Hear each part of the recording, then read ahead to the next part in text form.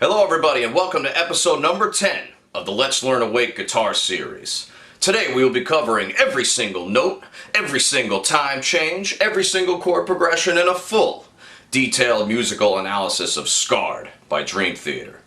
Now I was really hoping that I wouldn't have to psychoanalyze the Dream Theater boys today, but alas, even as we near the end of this album, I have my work cut out for me. Many claim that this is a commentary on God, or the idea of having blind faith, but I'm not entirely sure that that is the case. Allow me to read you an excerpt. Blood, heal me. Fear, change me. Belief will always save me. Now, I don't know about you, but this sounds more like the ramblings of someone who would attend the Bohemian Grove, rather than just some innocent curiosity surrounding the nature of God. I also think that this was the last straw, the final straw that broke Kevin Moore's back. Think about what this man had to endure. The rambling lyrics, the bipolar key shifts between major and minor, the time changes, the constant reinvention of his keyboard, having to seek refuge through the use of single-note synth lines. A Canadian singer? And now he has to protect his vital pathways from the apparently bloodthirsty ritualists that he used to call his friends. This has now become a battle between the unscarred versus the scarred. Let's check it out.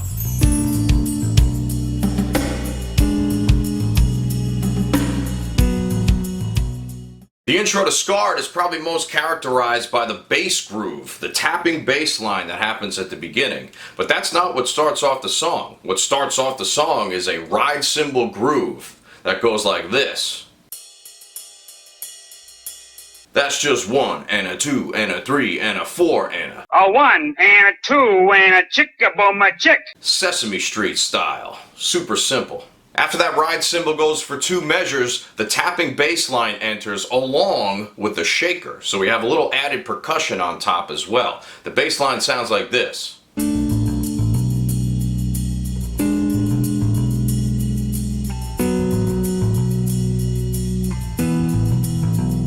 It's simply outlining 4 different chords in a B Dorian mode. So it starts off with B minor 7, B minor 6, B5, so all B chords, and then E5. Now it's a lot cooler with the tapping, but you can check out a bass tutorial if you want to learn how to play that. This is just all about the theory, and the guitar of course. This chord progression is just comprised of 3 different forms of the 1 chord, the B minor, and a major 4 chord, which is the E major. Now this goes through 6 times total with different elements being introduced throughout. The first 2 are by itself, the next 2 are with volume swells on a guitar solo, and the last 2 are with a more busy guitar solo on top of it. So let's check out what happens with those volume swells.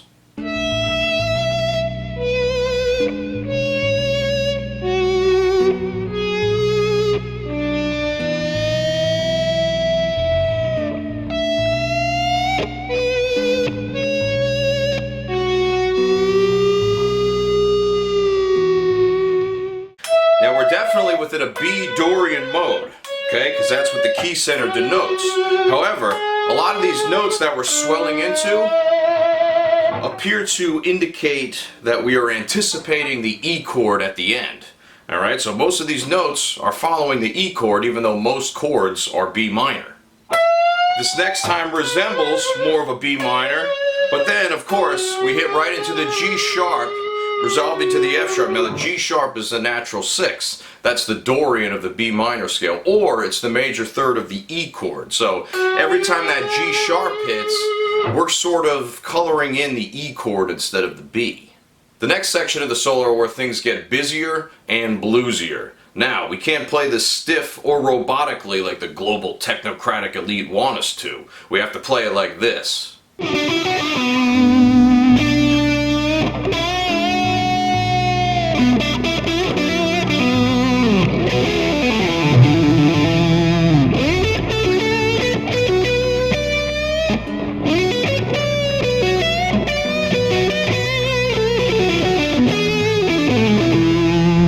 We come in hot outlining this first B minor blues pentatonic run. We're just scaling up the scale and coming down the arpeggio. Very simple. Landing on the minor third, which is probably the bluesiest note you can hit there. And then we're doing a double bend, letting it hang for a little bit. More pentatonic stuff. Hopping up to the top of the scale right up here with a little double stop. Now that you all have to do within one pass. Because if you slow down at all during that, you're never going to make it to the bottom in time. And here we're outlining the Dorian mode, briefly outlining the E major chord on the 9th fret of the G and the B. And then coming down the rest of the scale with a little trill at the ending right there. And of course we're ending on the note E. Why wouldn't we? We continue on with even more exaggerated bluesiness like this. You see what I mean by exaggerated? You have to make sure you stretch out the value of each of those notes to its full potential. Just like that. That's like a D minor chord, but all the way up at the 12th fret. We continue with a similar idea, but we're going to come up the scale using different notes.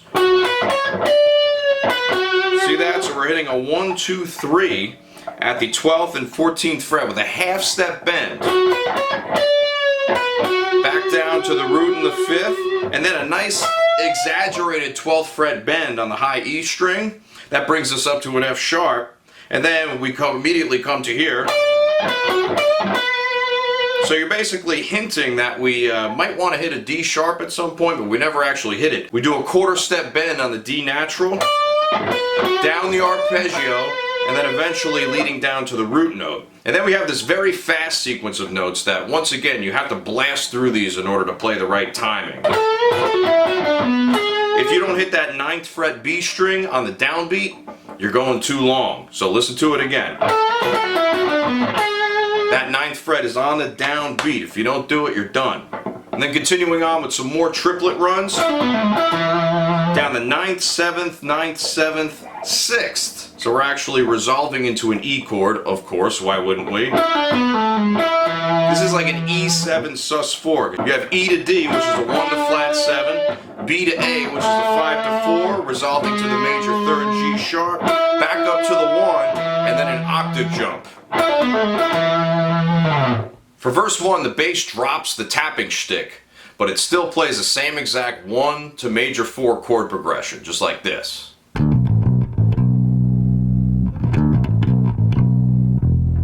The guitar is playing on top, outlining the same exact chords as the bass was playing before, but using only the B and the E strings, a static open B and a descending line on the high E string, just like this. You got A and B, which is B7. You got G sharp and B, which is B minor 6. You got the F and the B, which is a B5.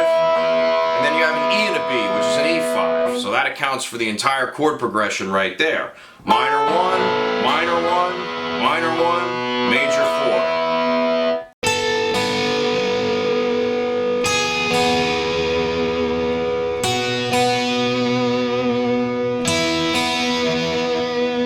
The second half of verse 1 brings about an even busier bass line that finally breaks the B pedal tone on the E chord every single time, just like this. Check it out.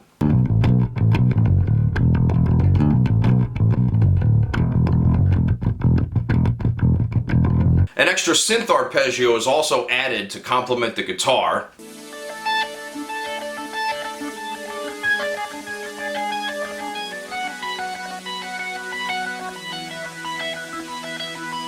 And the guitar is playing a far more complicated version of the original idea. This time, instead of being on the open B string, we're tackling 2 different octaves of a B and the minor 7th on the top, just like this. So much more spread out.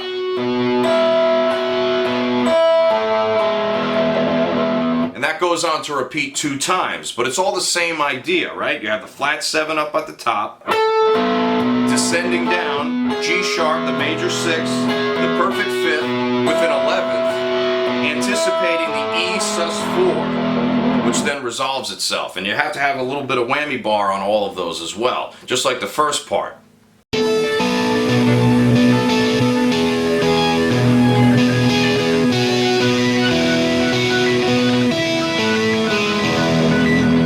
section immediately following verse 1 is set up as an instrumental break, but it actually becomes a post-chorus section later on in the track. Now it feels kind of weird having a post-chorus before we even get a chorus. What the heck is going on here? This section also outlines our first change in chord progression. So for the first minute or so of the song, we've been seeing the same 4 chords all the way through. Now we're finally breaking that. E5, open voicing, a D sus2, and then a B flat sus2. Now let me explain theoretically what's happening here. The F sharp minor is our new 1. So we've completely changed keys from B minor to the F sharp minor, which is the 5 chord, so not too far away from the original key center. Now the F sharp minor 7 is the 1, minor 7. The E is the flat 7. The D is the flat 6. So there's nothing really too crazy happening here. And the B flat is the flat 6 of the flat 6 chord. Now that typically wouldn't work out in any situation, but because you're utilizing a function of a function, it works out just fine.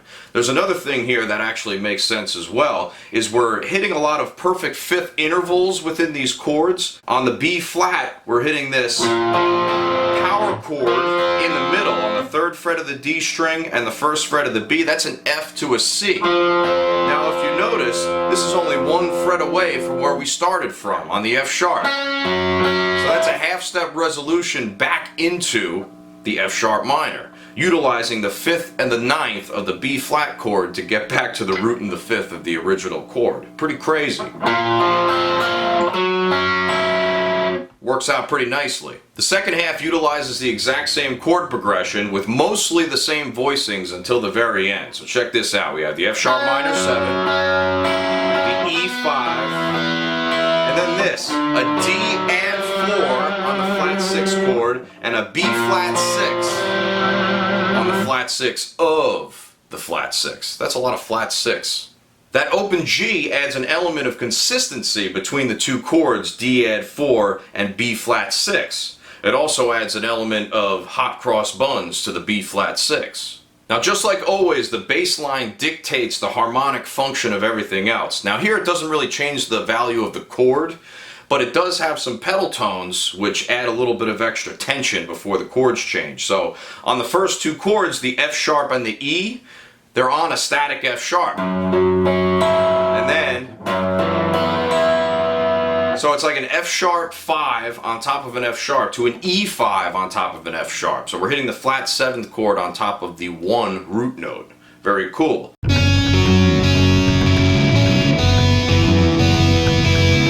Once it hits the D, it changes to a D, so that's all completely normal.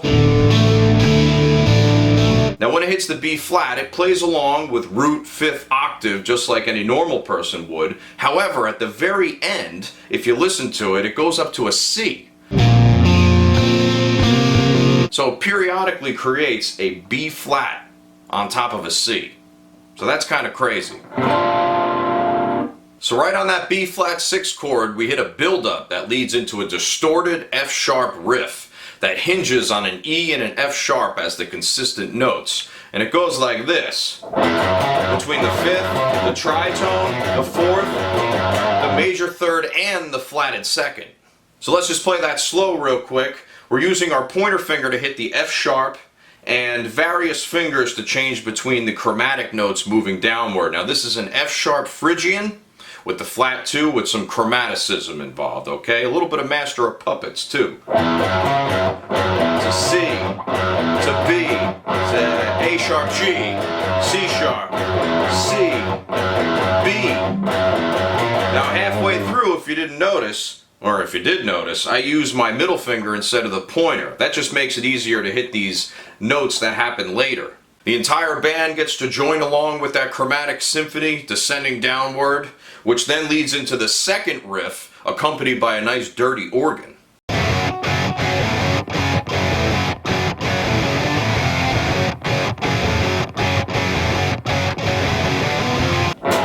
Now it rocks back and forth between an F sharp and an A, with all that chromatic stuff in between.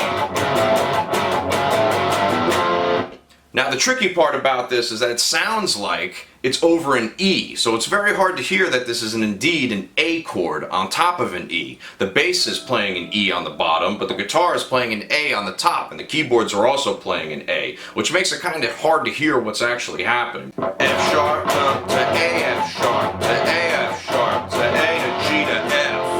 Now that's kind of odd also. We're hitting a G, which is the flat 2. Not too crazy, because we just saw that before with the Phrygian mode, but that F is the major 7th. We're encircling the root note using chromatic notes, half step up and a half step down.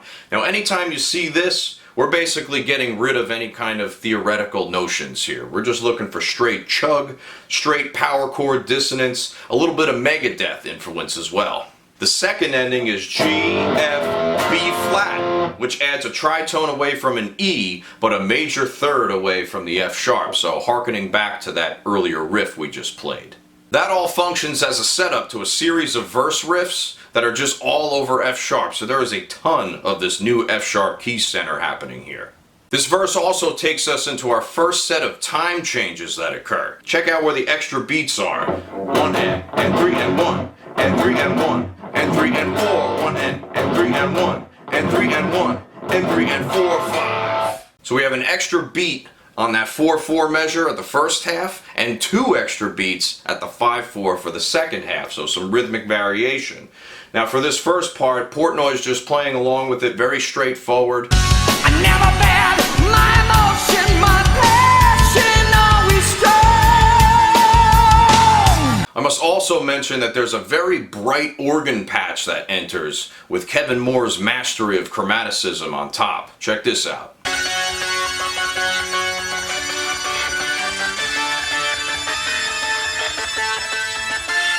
Pretty clever if you ask me. Now verse 2 transitions into that F sharp riff which we just played before, going like this. Exactly the same.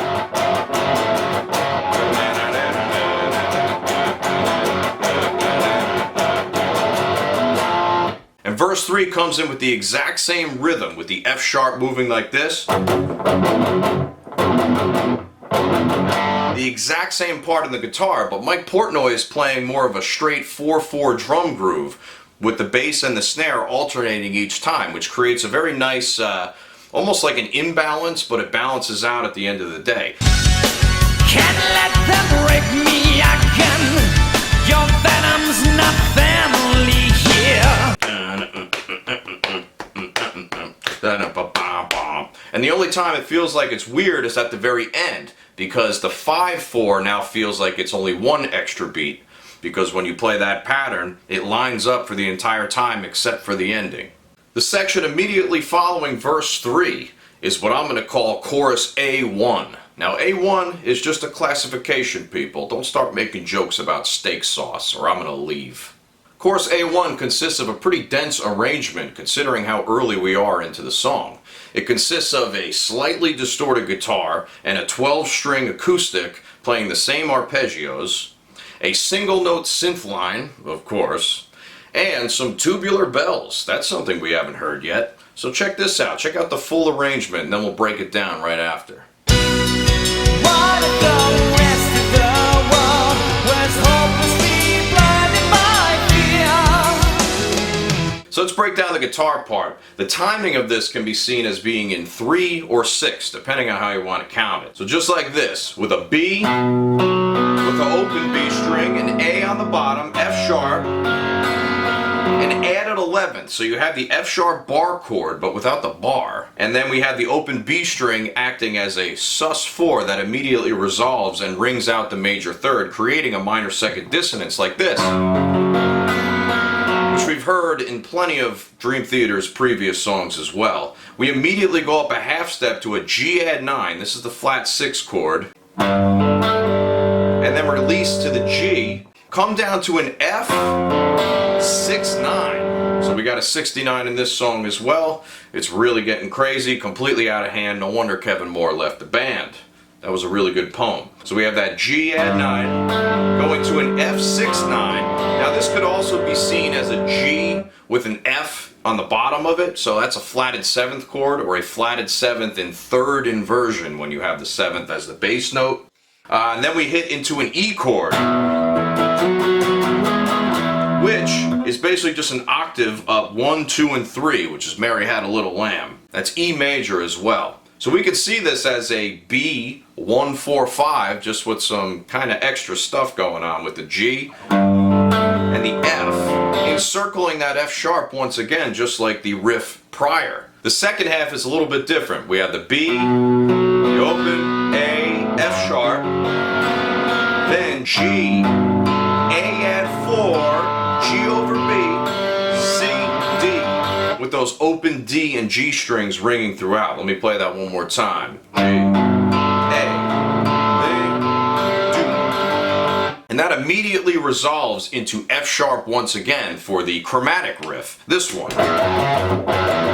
Now the crazy part about this is that C and D don't really have anything to do with an F sharp whatsoever. It's almost as if it's faking out to an E resolution, as if the C is a flat 6, the D is a flat 7 going to an E, which we do hit in E as the first note, by the way, before we hit the F sharp. That's the flat 7. So it's almost as if we're faking out a resolution to the flat 7, but then immediately moving up a whole step from there to get back into F sharp. That to me is a brilliant move, and it works absolutely perfectly. Don't mess around with this. Right after chorus A1, we are greeted with verse number 4. Now, this comes back into the F sharp key center, but with a slightly different riff. Syncopated F sharp 5 palm mutes that go like this for the first time. And a 2, 3 in, and a 2, 3 in, and a 2, 3 in, and a 2, 3 in, and a 2, 3 in, and a 2, 3 in, and a 2, 3 in, and a 2, 3 in. So for the first ending, we're hitting an F5 and a D5 on the A and the D strings, just like this. Alright, so we're hitting the 16th notes, and then, right on the downbeat, hitting an F, on the upbeat a D. 3 and a 4 end. The second ending, we hit a slightly more syncopated version, where we go like this. That's 3 E and and. So the D remains on the same upbeat as before, but we're hitting the F on a slightly early beat, which is a 16th note syncopation. Right after that verse, we hit back into F sharp riff number 2, except this time Portnoy is playing double bass over the same riff, so check out how that sounds. There's also a more aggressive and dirty organ sound on top of that with a rocking 8th note rhythm. After that F sharp riff with the double bass, we come into another verse. Yes, verse number 5. It's amazing how many verses you can create when you have a song within a song, especially with this kind of thing going on. An F sharp pedal. So check this out. We're actually going on the downbeat this time with the syncopated power chords, like this. 1 in and a 3 in. 1 in and a 3 in. 1 in and a 3 in. 1 in and a 3 in. 1 in and a 3 in. 1 in and a 3 in. 1 in and a 3 in. 1 in and a 3 in. So just like before, we have two separate endings, but this time we have to deal with the rhythm slightly differently. We have to tack on a couple more 16th notes at the end of the first ending so we can hit the F5 and the D5 on that downbeat and upbeat of beat 4, correct? And then for the second ending, we wind up doing the same thing as before, with that 3 and on beat 4. After verse 5, we hit in with chorus A2. Now, no more A1 steak sauce jokes for you. I don't want to hear a single steak sauce joke ever again, because you know what? We're on chorus A2. We can't be making A2 steak sauce jokes. That doesn't make any sense. But at the very end of chorus A2 steak sauce, we're basically playing the same exact chorus all the way through like this. With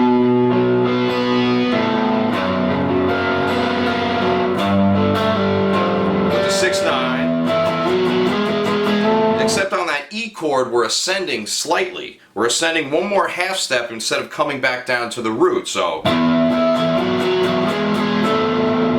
Then we repeat once again. Same thing. And then here, when we're rising up, when we hit the G over B, we now hit the heavy section and we go like this. So that little change has an entirely different tempo right in the middle of that phrase. So we're arpeggiating up at this tempo, 1, 2, 3, 4, 5, 6, 1, 2, 3, and then all of a sudden we're changing to this, ba-da-ba-da-ba-da-ba-now, with that triplet rhythm. So check that out. 1, 2, 3, and we come right into the chorus B section. Now we're at chorus B1, and I know for sure that chorus B1 is not B1 steak sauce like you want it to be. So stop it, quit your illusions, and get out of here.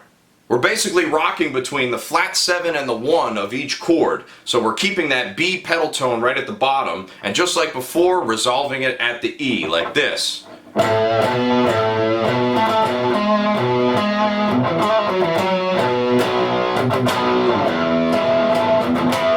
see where that resolution happened right at the end? Let's go through it again. Minor 7, minor 6. Coming up in E major arpeggio in second inversion, as if we're doing a sus4 to 3 resolution, and then B5 with that rhythm. A little double bass on that E as well. Another thing I'll add about this chorus is that the vocal harmonies are very, very, very cool. Very reminiscent of what Queen might do on a section like this. So let's listen to what that sounds like. Blood heal me, fear change me. Super layered, and you can tell that it's all James LaBrie. Moving on. So do you remember the first key change we hit earlier in the song that was titled the instrumental break, that then became the post-chorus? Well, now it is officially the post-chorus. It's exactly the same as it was before with all the same functions, except there's a very slight difference right at the ending, alright? And I'll show you that when we get to it. So we start off with the F sharp minor 7, E5 for the flat 7, D sus 2, B flat sus 2, back. And then here, instead of giving it that whammy bar jizz, we just arpeggiate up and down those shapes. And that's it, the entire difference. Sometimes the differences can be so subtle, yet they work so perfectly. So just remember, sometimes less is more. We also have a bit of a misheard lyrics case here, because it sounds like James LaBrie is saying, turn your back on dessert. Tell me if that's what you think you hear. Turn your back on descent.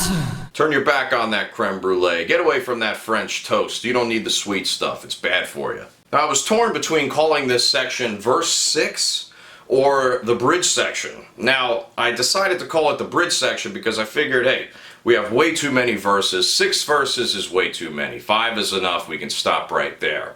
But also, this follows the guitar solo chord progression that we're going to hear later on in the song. You know which guitar solo I'm talking about. Don't worry, we're going to get to it. But it has the exact same chord progression going through the entire thing, just James LaBrie is singing over it.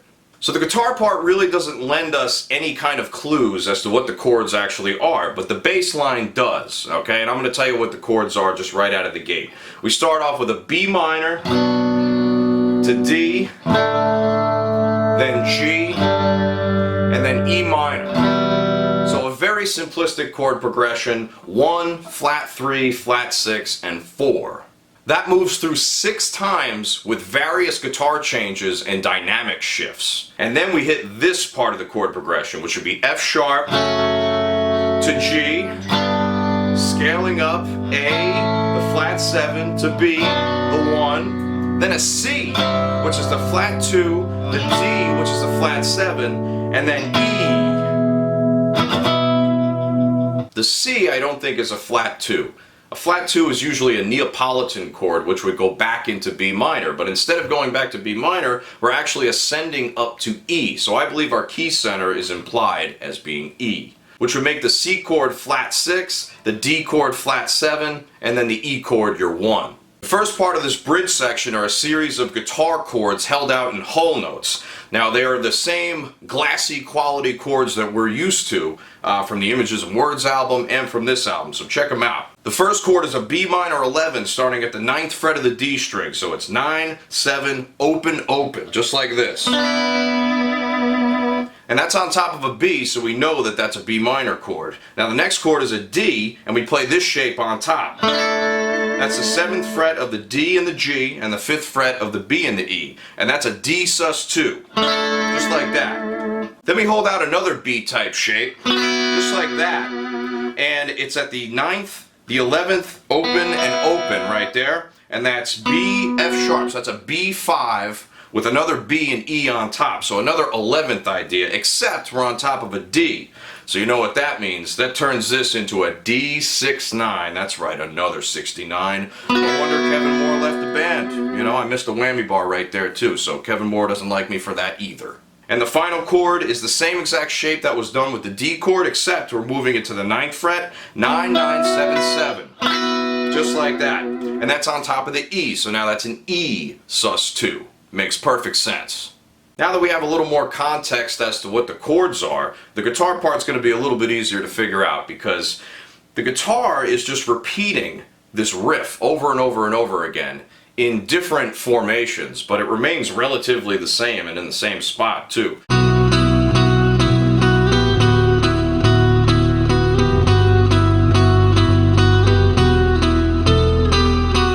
Now all that's happening here is we have an F sharp moving to an E and an F sharp moving to a G. And then eventually it hits up to an A, back down. Now if we're just on a B chord, that can be seen as the 5th, 4th, 5th, 6th, and flat 7th.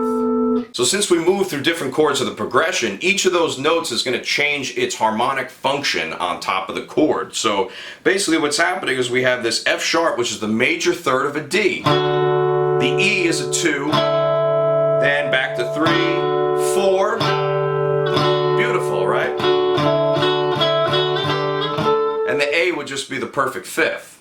On the G chord you have a major 7 to a 6, major 7 root, and then 9. Another beautiful set of notes. When we come to the E chord, the F sharp becomes the 9th, which then resolves beautifully down to the 1, up to 9, flat 3, and then the 11th coming back.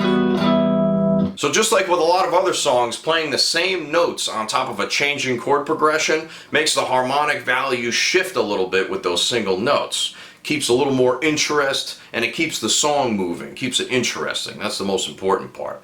The next part of the bridge gets a little bit trickier. We have to put the crunch channel on, we're getting a little bit louder, and we have a more complex version of what we were just playing before. And of course, because it's Dream Theater, it doesn't sound like it's more complex, but it is more complex. So check this out. We start off by holding the 9th fret of the D string with the middle finger and the 11th fret of the G with the pinky, and we have to use those fingers so that we can bring our pointer finger down to the 7th fret of the A for the root note E. Now we're not always hitting the root note, but we have to hold it there because we're going to be changing between this and another chord, namely an E5 chord. Check this out, we're going like this. So we're going between 9th and 11th, just the D and the G, and then we're playing A, D, and G, 7, 9, 9. So a 3-stringed E5 chord. And then doing the same motion up to the 12th fret, but this time you have to stretch the pinky all the way up there. We continue on by going like this. So we still have to stretch up to the 9th and the 14th fret, just like this, and do that descending motion downward, but then come right back into it for a second round. Now on the second round, we just have to hit a couple extra notes in between, like this. You see that? Very subtle. And as soon as you're done playing that, for the second time around, we hit the full distortion channel, and we have to really go with this full-blown 16th note rhythm just like this. Full 16th note rhythm. Now, this is where the bass line starts ascending from the F sharp. Okay? Once we reach the end of that, the bass line is on the B, and we have to switch patterns once it hits the C. So we're actually going to start playing a tritone, 10th fret of the D, 11th fret of the G, like this. That's a C Lydian, just like that, right? Sharp 4, major 3rd, sharp 4, perfect 5th, and then we hit a D on the 11th, 12th, and 14th frets. Now that's the major 3rd, the perfect 4th, and the 5th. So we're rising up as the chords rise, makes sense, correct? And then on the very last one, we hit that same pattern that we were doing with the 7th, 9th, and 11th fret over here, but we're stacking up the 5ths at the 12th, 14th, and 16th, like this.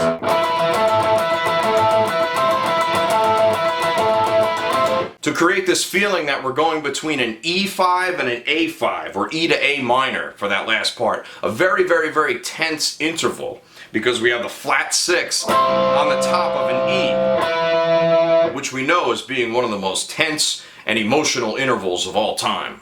And amidst all that cool guitar motion and all that good stuff, John Myung still manages to be the star of the show. Listen to this last bass fill that he plays right at the end of that E chord at the end of the section.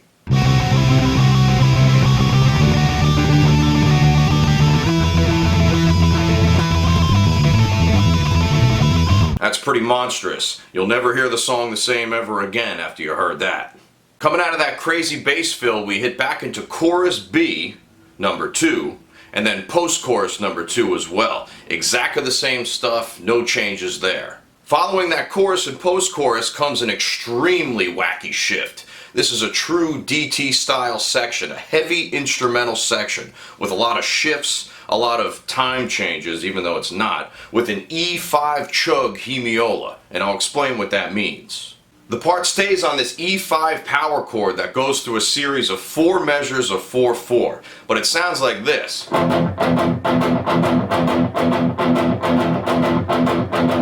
See how it's the exact same thing over and over again? That can get a little tricky if you're trying to stay within a 4 count, because it feels like it's in 3. So if you want to break this up and make it a little bit easier to feel, break it up into 5 separate measures of 3. 1 E, a 2, and a E-N. 1 E, a 2, and a E-N. 1 E, a 2, and a E-N. You repeat that 5 separate times, and then add 1 extra beat at the end.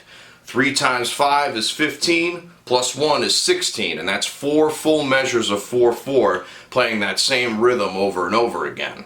So here's the entire thing. Remember, we're going to count 5 measures of that 3/4 feel, and then add an extra beat at the end. Check it out. 1, 2, 3, 4, 5. Mike Portnoy really throws a monkey wrench into this a little more than halfway through by changing from a 16th note groove to a triplet groove. So it almost feels like a 12/8 by the time he comes in. Listen to what he does at the end here.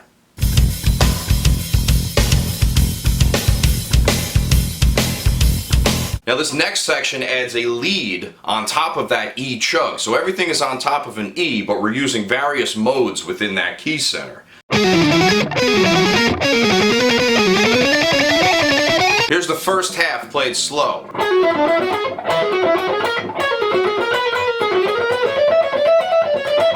That entire first half outlines a Lydian dominant mode. That means we have the Lydian sharp 4 in the major scale and a flatted 7th as well. Starting off on that first part, we're starting at the major third of the E, 9th and 7th fret, and then coming back up to the top. Okay, so we're going from G sharp down to D, and then up to B, which is the perfect 5th, down to the root. So right there, we already have the Lydian dominant mode with those first 2 parts. We continue on with something that's a little more reminiscent of F sharp, because we're starting up on the C sharp, which is the perfect 5th of F sharp, and coming down to the root note. But this makes sense in a Lydian context, because if you have an F sharp on top of an E chord, you're getting the 9th, the sharp 11th, and the 6th, but most importantly the sharp 11th. The next little bit just ascends up a scale pattern, 3 notes per string starting at the 13th fret, but the note choices are very interesting. We're hitting 13, 15, 16, which is the G sharp, B flat or A sharp, which is the sharp 4, and B natural.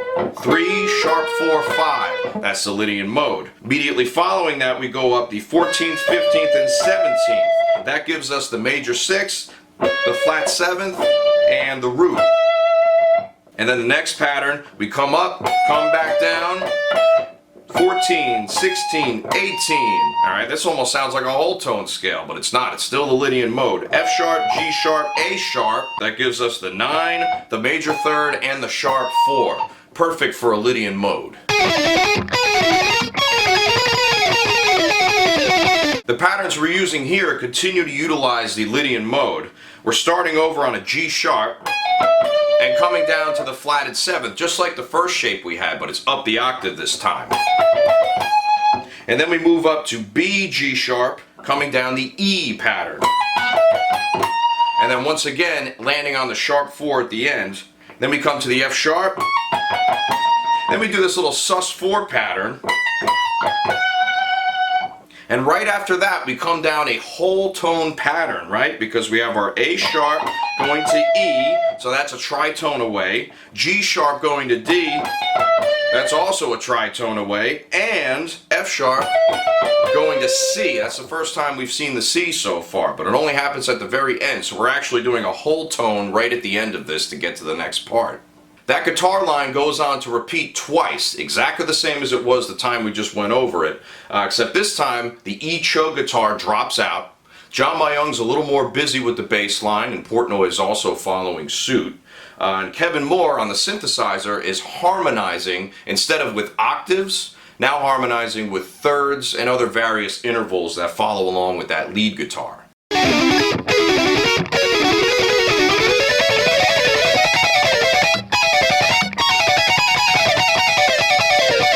The compositional move of taking out that heavy guitar on the bottom kind of gives you a feeling that the air's getting sucked out of the room, and all you can hear now is just the pure, sheer madness of the instrumentation.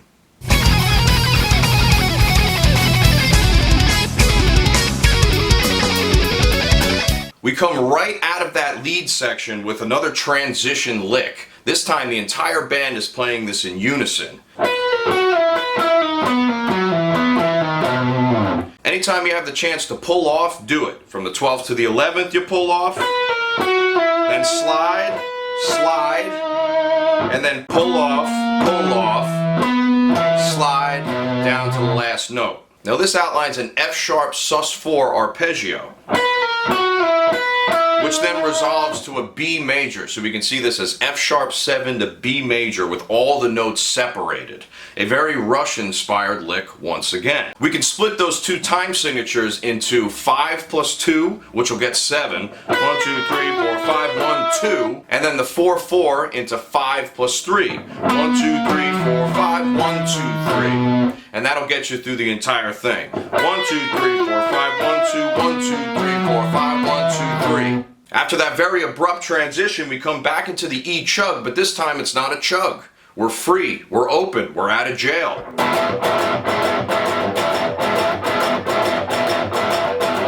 then right into the keyboard solo. Now the difference between this one and the last is that we're actually playing the E for only 2 measures this time. So not a full 16 beats, it's now 8 beats. So you could split this up into 2 sections of 3 and then add 2 beats at the end. 1, 2, 1, 2. And then let Kevin Moore rip his dirty organ all over the place.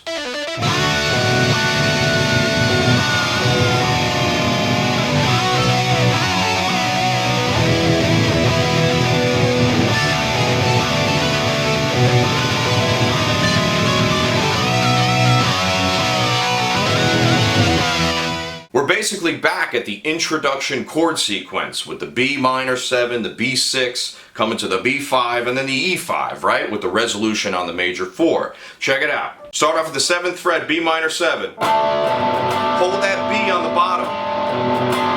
Nice and heavy. Little hammer on. Little variations on the same stuff. B minor 6. Then. So we recognize most of those shapes. However, I'm going to go over the 3rd shape with you real quick. This is a B5. It's really a perfect 4th interval on the 4th fret of the D and the G, but that gives us F sharp and B, which is the 5 and the 1 respectively. We're going like this. We're actually hammering into the C sharp, which is the 2 or the 9th. It's a very common resolution. We're coming back into the 1 after that anyway. And then on the downbeat, we're hitting the same old story. That major 3rd, 4th to perfect 5th resolution that we heard in the chorus section, or chorus B, I should say. Let's check out the second half of the keyboard solo.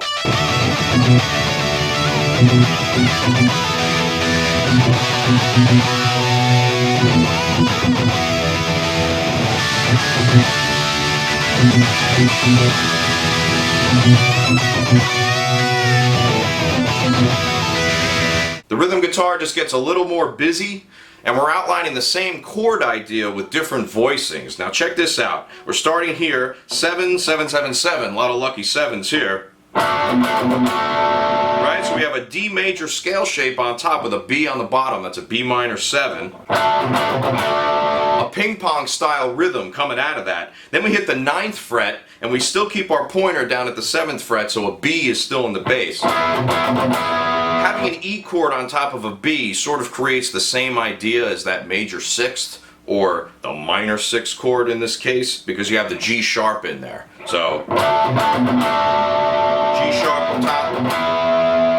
And then we come up to a B5 up in this territory, the 9th and the 11th fret, reminiscent of the bridge section, but we're still stretching from 7th fret, 9th to 11th. That's a big one. Same rhythm, and then the last one is just a straight up E major chord with the pointer finger at the 7th fret and everything else going on 999. The open E on the bottom as well. Yes. Now it's time to get into the guitar solo. Probably the most anticipated section of this song for many of you watching. This, just like many other solos on Awake, or really any of John Petrucci's solos in general, is heralded as one of the greatest solos of his of all time. Or maybe even one of the greatest solos of all time. There's a lot of great techniques that are used. It follows the chord progressions in a way that I've never quite seen before in any other songs. It carries the spiritual weight of the Lie solo in being one of the most difficult solos I've ever learned of all time. Tons of techniques that you wouldn't ordinarily think that would even be possible, but he did it back in 1994, so we got to give props to JP. Let's take a listen to the entire solo and then we'll break it down from there.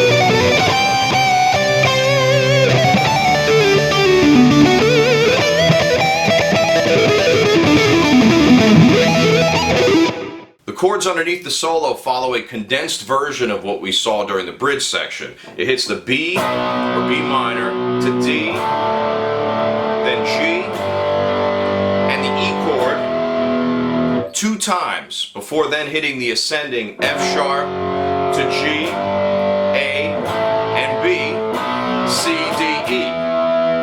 Now make no mistake, just because the chord progression is very simple, a 1, flat 3, flat 6 to 4, we mangle the 4 chord into oblivion. We play a lot of licks that go all the way up and down the neck, so don't think you're going to get out of this too easily here. Let's start with the first run through the chord progression.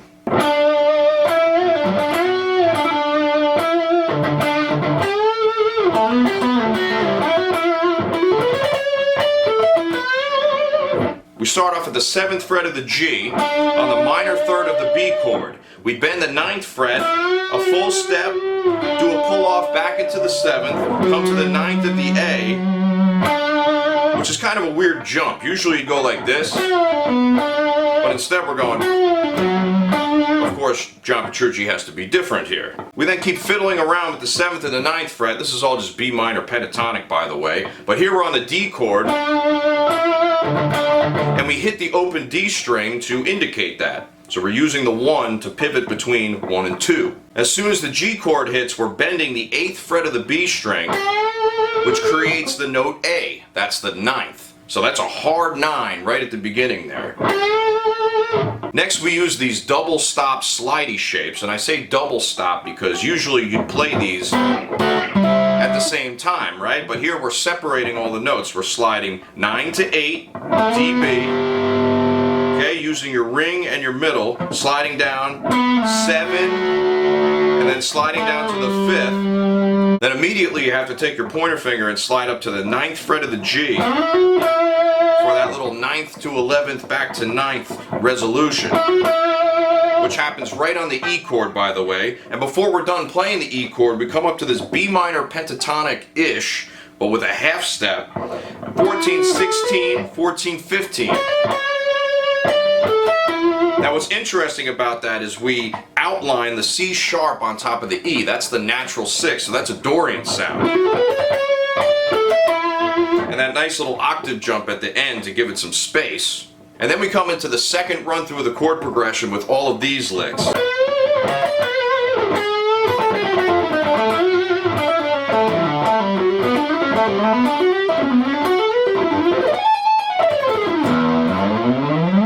Now, some real crazy stuff going on over there. We're starting off with a really, really aggressive bend on the 16th fret of the G. Now, that's actually a C sharp, so we're bending into the 9th of the B minor chord, and then resolving 9, flat 3, 1. All right, so 2, 2, 3, 1, and then immediately bending into the G sharp, which is a premonition to the D chord, but almost as if we're making the D a Lydian temporarily. A G sharp is the sharp 4 on top of a D, but we don't really hear that in this context. It's more of like just a fancy half-step bend into the chord.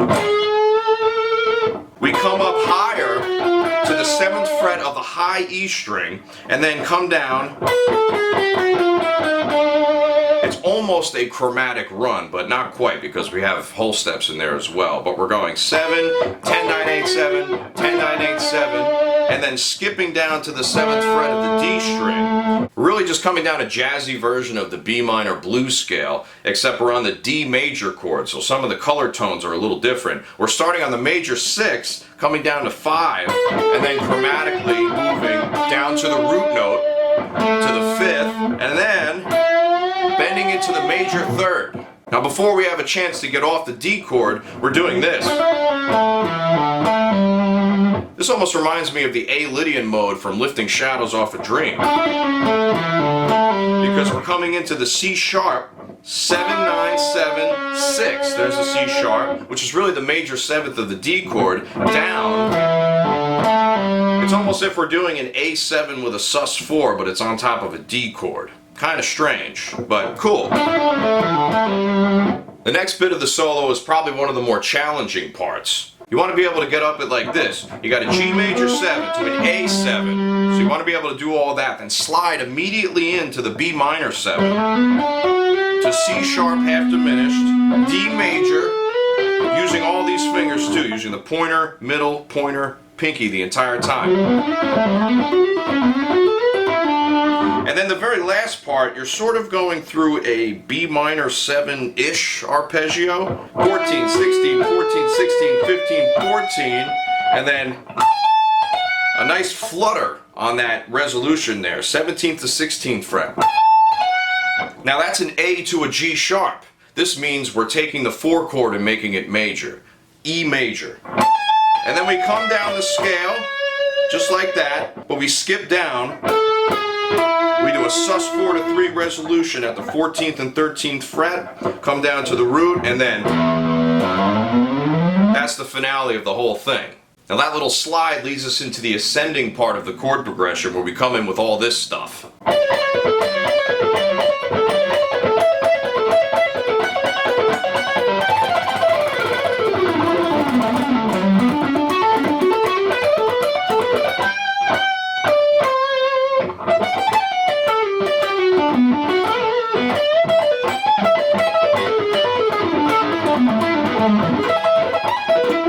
Now, just like with anything difficult, you want to take the speed way down, just like I did right there, and really try to understand each individual section before you really try to dart through it. The first section is a series of pull-offs surrounding a B minor arpeggio. We're basically just going like this.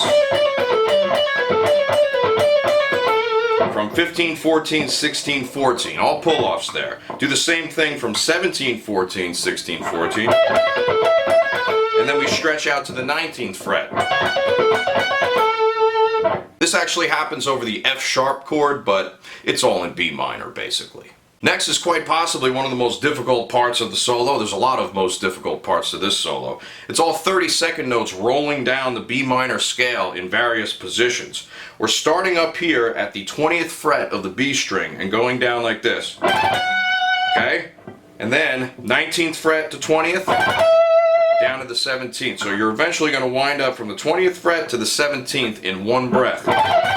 Just like that. Now we follow the same exact type of pattern. Now we're at the 18th fret of the G, and then coming down to the 14th fret of the G string. So we do the same thing once again, coming down 16, 17, 16, 14, and then eventually down to the 12th. And then just do this twice. All whole steps on the bottom there. So let me attempt to play that slow for you.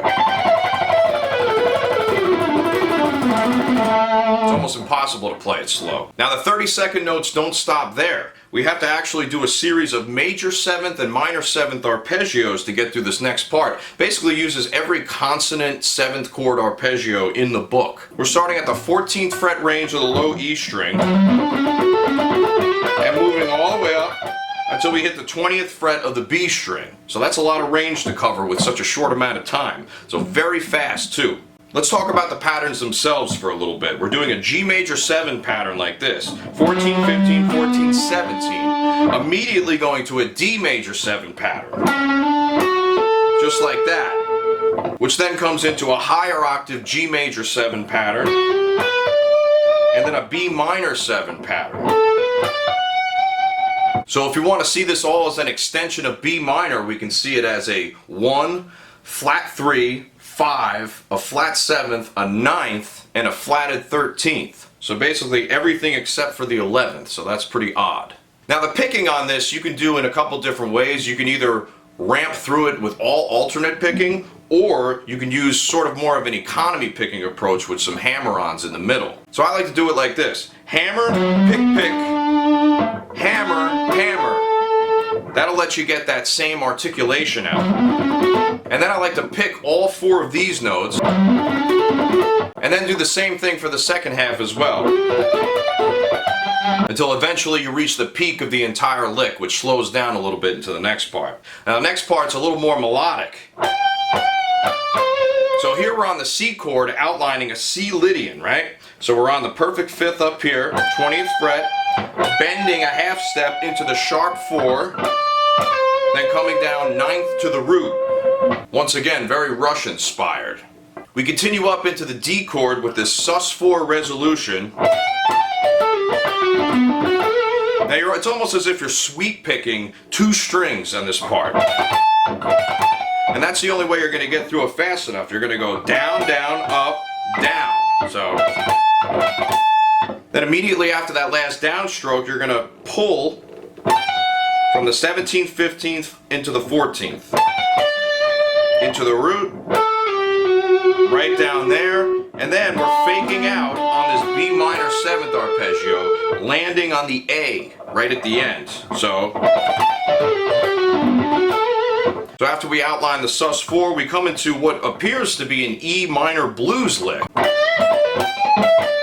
Just like that. Just doesn't really get any bluesier than that or any more basic.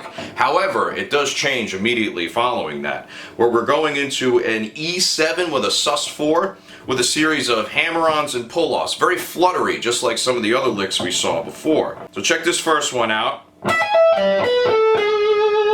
And then we move to the 15th fret. Just moving down the arpeggio. 14, 13, 14, 12, 14, 12. And then sliding into the 13th fret for the G sharp.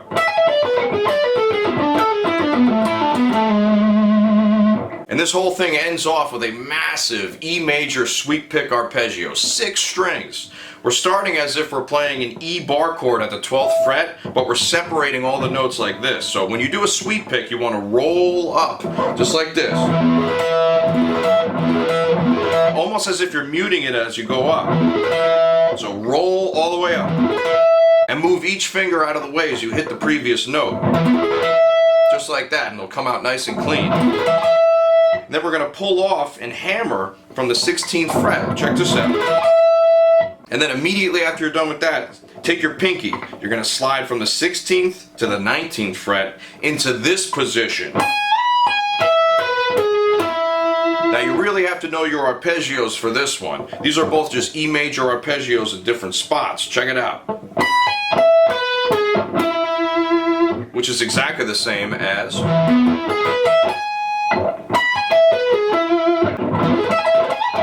Just like that, and guess what? You have no time after that either, because you got to start playing the chorus riff again. Just like that. So you got to make sure you slide all the way back down into the 5th fret of the low E string to get back to the chorus in time. Now put all those licks together and you got yourself one of the greatest solos of all time. Congratulations. Now after that solo, just like I said before, we have to immediately go back into a chorus. This is chorus B, a number 3. So a B3, a steak sauce, a jacka jacka John anew. So right after that chorus B3 and the post-chorus 3, we hit this little transition riff which goes into the outro, which I'll explain in just a second. It's just 6 notes, 1, 2, 3, 4, 5, 6, in a totally different tempo, which sets up the outro. This is basically just over different notes in the F sharp minor scale. F sharp, C sharp, D, E, C sharp, F sharp. So we have some octave stuff going on here too, but all just an F sharp minor chord basically. That then pivots back into B for the entire outro section. Now, the outro section is very, very long-winded. It repeats a very long form chord progression 4 times all the way through. Now, 4 times doesn't seem like a lot, but when I show you how long the progression actually is, you're going to say, damn, Mike, you're right about that chord progression. It's pretty damn long. And it goes like this.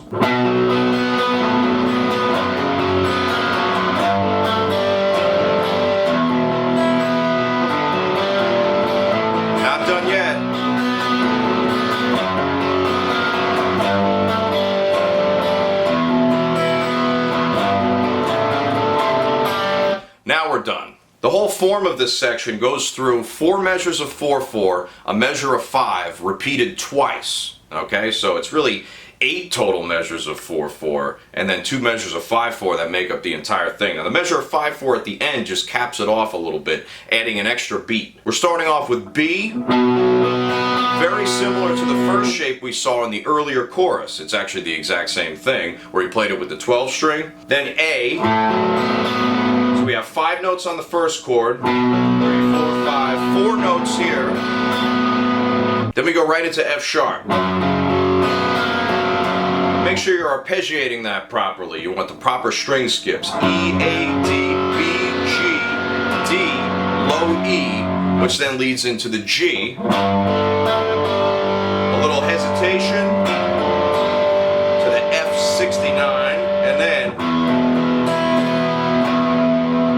4/4 just broken up in a very odd way. 1, 2, 3, 4, 5, 1, 2, 3, 4, 1, 2, 3, 4, 5, 6, 7. And then it repeats again, so you can separate that as 5, 4, and 7. Now there's a measure of 5/4 tagged at the end of each of these. Now here we have the D add 4, just like from before. And then B flat 6, but played with the open D string instead of the 3rd fret. And then for the A chord, which didn't exist before, this is just to add that extra measure in there, we're going, it's an A sus2. So, and you can think of that as 1, 2, 3, 1, 2, 3, ba ba ba ba. And the last measure of 5/4 has the exact same tag at the end, the same rhythmic tag, except we're going from G to A, C, with the open D and G. The irony behind this is that the guitar that gives away the rhythm the most doesn't come in until halfway through. So we're kind of, fiddling around, twiddling our thumbs, trying to figure out what's going on when the obvious part doesn't come in until much later. And that goes like this.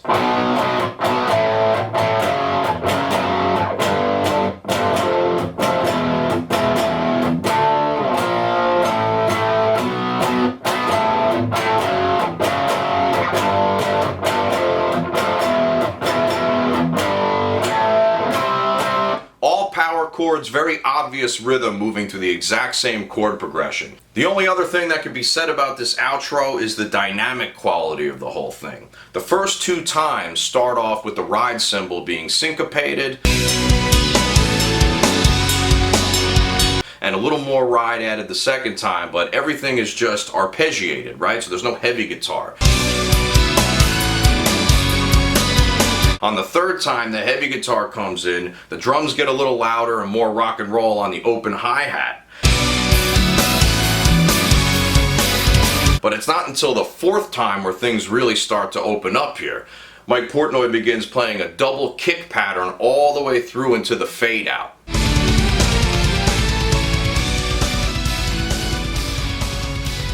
Now with the fade out, you don't have to worry about that because you can't just fade out on the guitar like that. What you got to do is hit a B chord right after the C. So that's a half-step resolution into the end. So if you want to end this in a live show, just go like this.